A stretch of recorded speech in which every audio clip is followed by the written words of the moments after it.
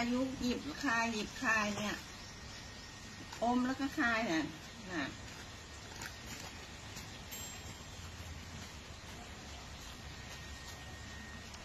ตรงนี้มันลื่นนะ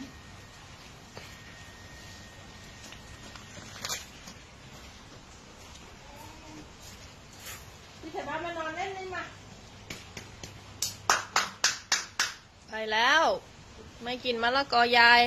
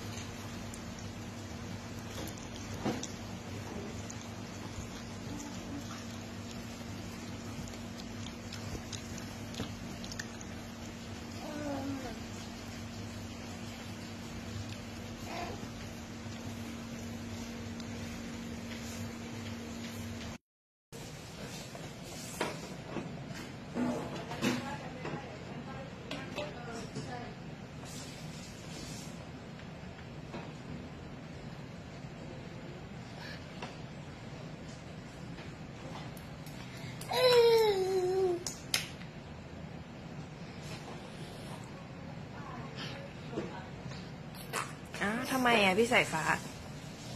ทำไมอ่ะ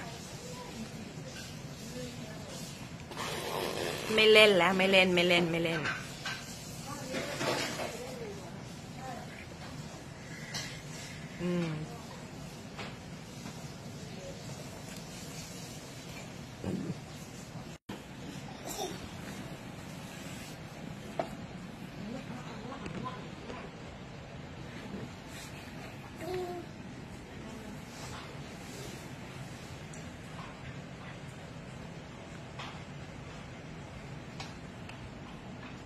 พายุไม่กินนะครับไม่ทานมะเฟืองเหรอครับ